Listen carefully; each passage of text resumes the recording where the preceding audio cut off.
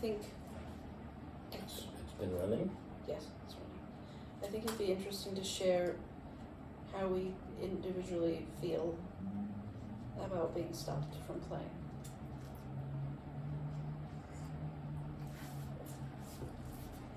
How does it make you feel? Whenever we get stopped. It does feel like I've been stabbed or shot or...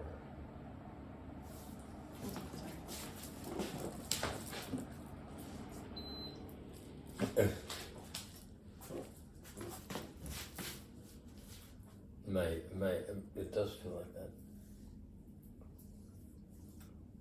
It's probably, you when I got up into the thing.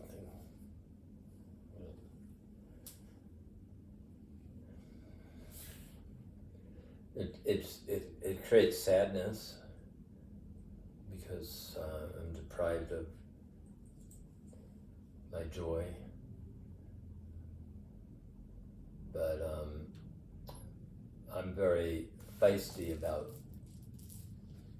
the belief and the feeling that I can do it anywhere and anytime I want to. And in actuality, nobody can stop me. But in certain cases, I'm like obeisant to somebody's wishes. Like in this case, I was. But I was easily ready to continue. I couldn't care less about him or her. I didn't know who it was.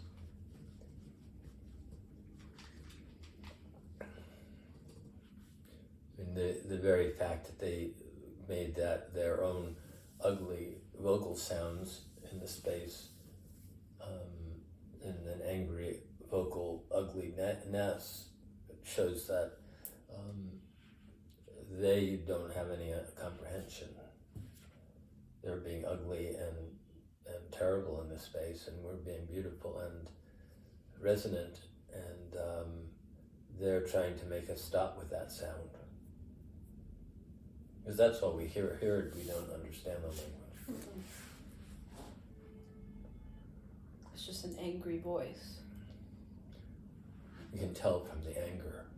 Yeah, the resonance, the level, the volume, the acidicness of the tones.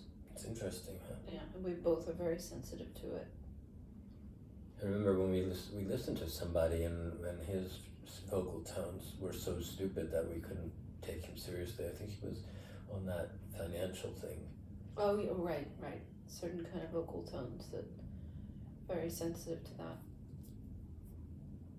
I'm the opposite of you, and then I don't feel fiery or feisty. I feel the desire to go and hide under some blankets and lie on the couch and feel sad for a bit, because I'm so triggered by that experience. I'm also triggered by the fear that you will refuse to stop and then you'll get yourself killed somehow. Because there have been many times in our history in which I've had to protect you from police and etc.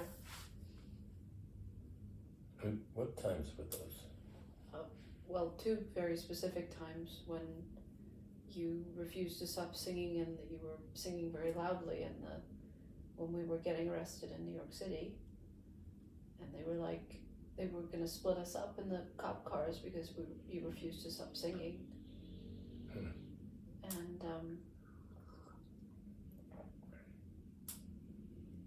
And then the other time when we got stopped at the Love Tunnel in San Francisco just a few years ago during the pandemic, you were sitting on the sidewalk just boiling with rage, and I had to keep you quiet to protect you from getting yourself killed. I don't know, is that exaggeration or is it what? Probably exaggeration, but I really, now thinking about that time at the Love Tunnel, I think about that it was a missed opportunity. For public demonstration, for an opportunity to really bring light to the fact that original music, I would say, is being shut down. Because it was very fiery at that time. Now they have all the permits. They have the permit system up, and there's nothing to do about it. But they didn't at that time, really. And I was ready to continue. And you were ready to go back out that very evening and continue to sing. And I remember Ariel and I had to beg you to not do it, and you had an emotional breakdown the next day, and you were talking to Ariel. Ariel and I were like begging you to not go out and get yourself killed.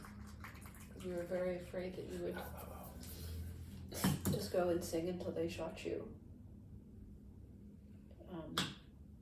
So I have a lot of trauma around that kind of thing. And it brought up the memory of when I was young and very defiant, when I was 21, and we did get arrested at the Angel Tunnel, and I'm staring straight forward and seeing these cops coming in front of my face going, stop, stop, stop, you have to stop, and being terrified that that I hit them with the spirit catcher or something, and I wouldn't stop.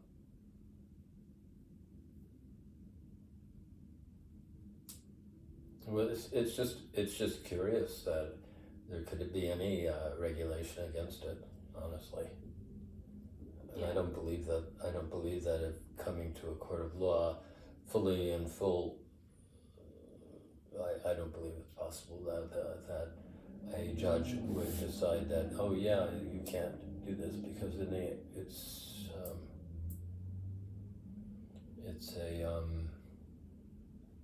it has freedom of rights in the United States.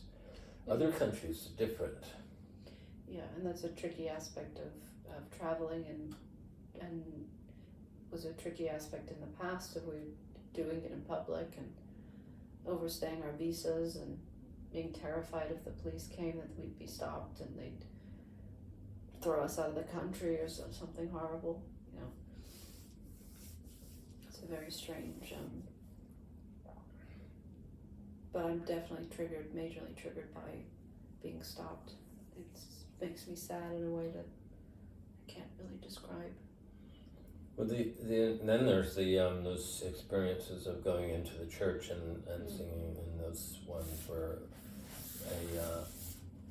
a nun or some authority in the space comes out and wags their finger at you. That's happened a few times too. Or more often than anyone would be. And I think people would be surprised how often we've been, shushed or had our fingers wagged at us for trying to sing in churches, for example.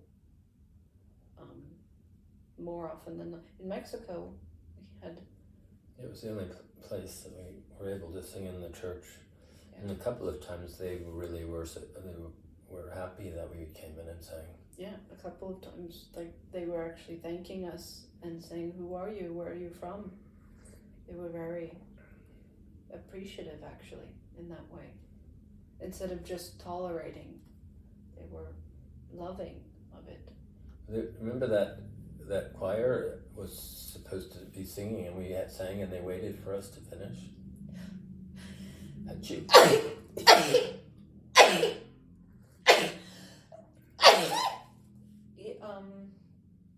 Yes. That was where I left my bag. Oh, right. Oh, yeah, right.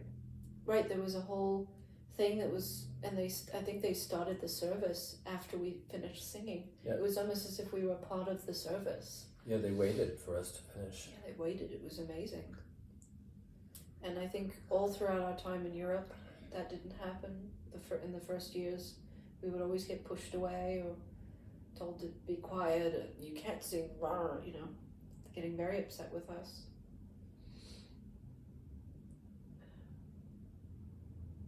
I think It makes me sad.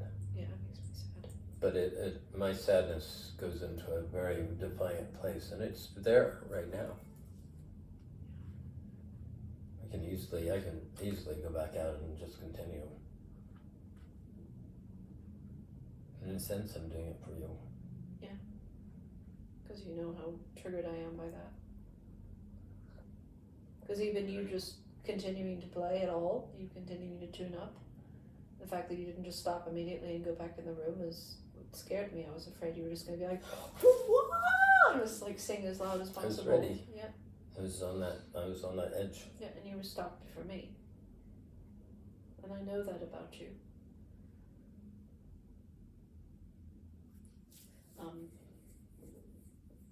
So yeah, for me, it's a feeling that I feel like I've been beaten down over the years by that of basically everywhere we've ever played, we've been stopped. So it's really just feeling like I've been beaten down, and makes me feel guilty about have I let myself be beaten down by this? I shouldn't be. I should be, but something else. Well, as far as I'm concerned, I have not really experienced anybody inviting us to play.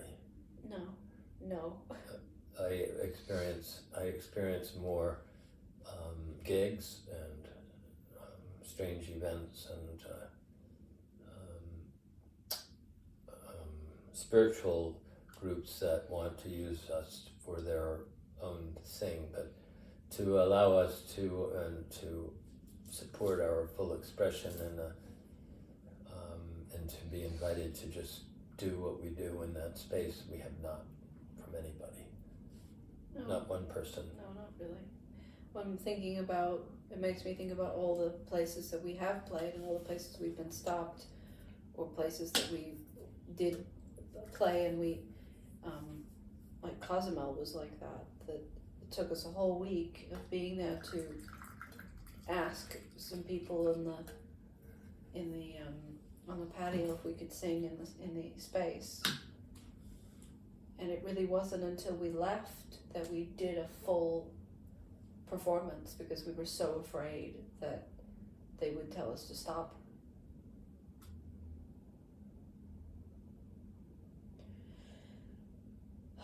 Like, I can imagine that it would get to you from that space of not lack of motivation place, because it's in a certain sense it's a folding against this censorship, and so it makes you feel like you're not sticking up to the motivational guns. Right, that I'm not standing up. So that's why you were sitting on the couch. That's where you went. I just went to the couch and just lay down because I'm so. I feel so laid out by that kind of experience now. I really can't handle it anymore. And someone who was observing it from an outside perspective would say it's just some random guy who lives in the building. You know, who cares? Fuck him. It doesn't matter. But it's compounding of years and years and years of that same kind of thing happening in various degrees of animosity and anger and a degree of danger involved.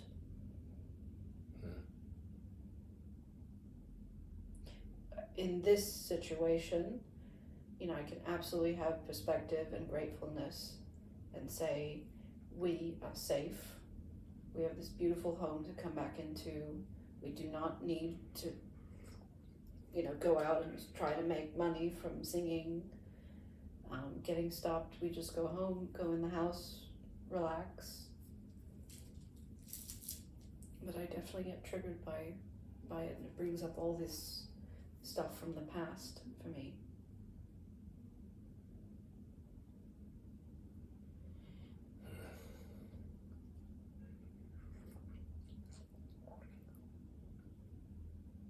It also is, it's somebody standing in the way of my high, my flying. Yes, so you definitely get very blocking me from experiencing that. The reason I believe that he came out or she came out was because I did a full voice I was feeling myself hesitating on my full voice sound, and that always feels, it constricts my throat and causes it's not an injury, it's just there's a tightening down, and it's wearing out of something. Yeah, I hear it in the way that you sing is you're oppressing yourself. Yeah, it's unpleasant because it starts wearing me down, and I can feel it in my vocal cords. Yeah, it's interesting how it can be more wearing to not let yourself sing fully than it is to just let yourself go for 40 minutes and sing as fully as you can. That's not as wearing, really. Mm-hmm. Yeah, it's and singing full voice and piano is different from this constriction thing. They're two different types of singing.